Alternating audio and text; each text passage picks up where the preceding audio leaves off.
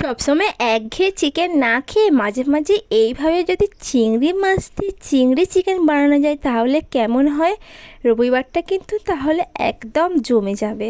তো আজকে তোমাদের সাথে একটা খুবই সহজ রেসিপি শেয়ার করব, আর কিন্তু খেতে হয় খুবই অসাধারণ। এই রেসিপিটি তৈরি করার জন্য প্রথমে আমি কিছুটা পরিমাণে আদা, রসুন, কাঁচা লঙ্কা নিয়ে বেটে নিচ্ছি। আমি কিন্তু এটি খুবই মিহি করে বাটবো না, অল্প একটু দানা দানা করে বাটবো। এরপরে আমি এখানে 500 গ্রাম চিকেন নিয়েছি, যেটা আমি ভালো করে ধুয়ে নিয়েছি।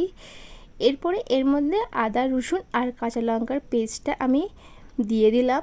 তার মধ্যে দিয়ে দিলাম আমি দুটো বড় সাইজের পেঁয়াজ কুচানো, আর দিচ্ছি 1 চামচ হলুদ, আর দিচ্ছি শুকনো লঙ্কাকে এইভাবে ছিঁড়ে।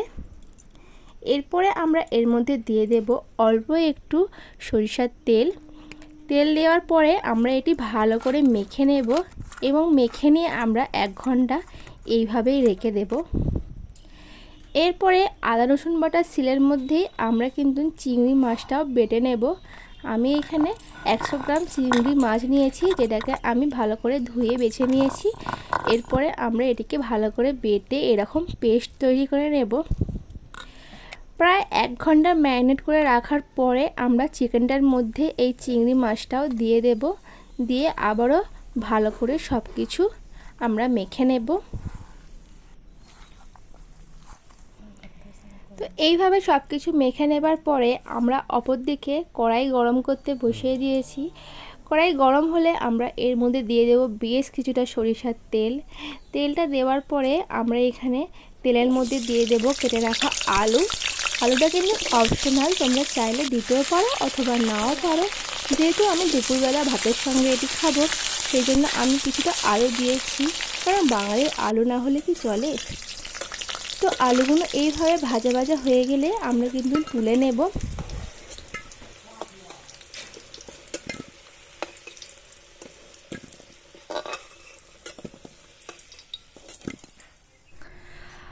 আলু তুলে নেবার পরে ওই তেলেই আমি দিয়ে দিচ্ছি কিছুটা গোটা গরম মশলা, যার মধ্যে রয়েছে দারচিনি, এলাচ আর লবঙ্গ। গরম মশলাটা ভাজা হয়ে গেলে আমরা এর মধ্যে দিয়ে দিলাম কিছুটা গোটা জিরে। জিরেটা একটু ভেজে নিয়ে আমরা এর মধ্যে দিয়ে দিচ্ছি ম্যারিনেট করে রাখা চিকেন। ব্যাস, আর কিছুই নয়, এরপরে খালি নাড়তে থাকে। তো এইভাবে আমরা চিকেনটা দিয়ে দেওয়ার পরে বেশ কিছুক্ষণ ভালো করে এইভাবে কষবো। ভালো করে সব কিছু মিশিয়ে অল্প একটু কষে নিয়ে আমরা এটি ঢাকা দিয়ে মিনিমাম 10 মিনিট এইভাবেই রেখে দেব।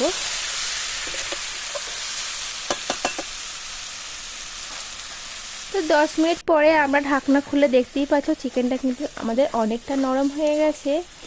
এরপরে আমরা এর মধ্যে দিয়ে দেব ভেজে রাখা আলুগুলো।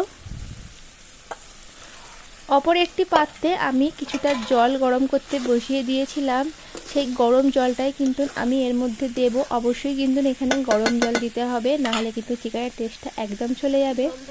তো আমি এখানে জল গরম দিয়ে দিচ্ছি, আমি যেরকম ঝোল পছন্দ করি সেই অনুযায়ী কিন্তু জলটা দিচ্ছি। তো এরপরে এর মধ্যে দিয়ে দেব স্বাদ মতো নুন, দিয়ে সব কিছু ঢাকা দিয়ে আমরা এটি সিদ্ধ হবার অপেক্ষা করব।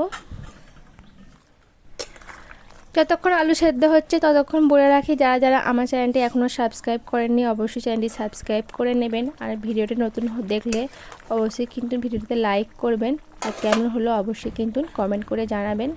তো বন্ধুরা, দেখতেই পাচ্ছ আমাদের কিন্তু আলু একদম নরম হয়ে গেছে। এরপরে আমরা সব কিছু ভালো করে মিশিয়ে নিয়ে ওপর থেকে অল্প একটু ধনেপাতা ছড়িয়ে দেব। রান্না আমাদের কিন্তু একদম কমপ্লিট হয়ে গেছে। কেমন লাগলো ভিডিওটা অবশ্যই কিন্তু কমেন্ট করে জানাবে, আর ভিডিওটি ভালো লাগলে অবশ্যই লাইক করবে।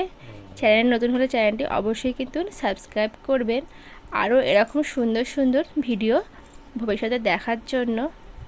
আজকের ভিডিও এতটাই। ভিডিও সম্পূর্ণ দেখার জন্য তোমাদের সকলকে জানাই অসংখ্য অসংখ্য অসংখ্য ধন্যবাদ।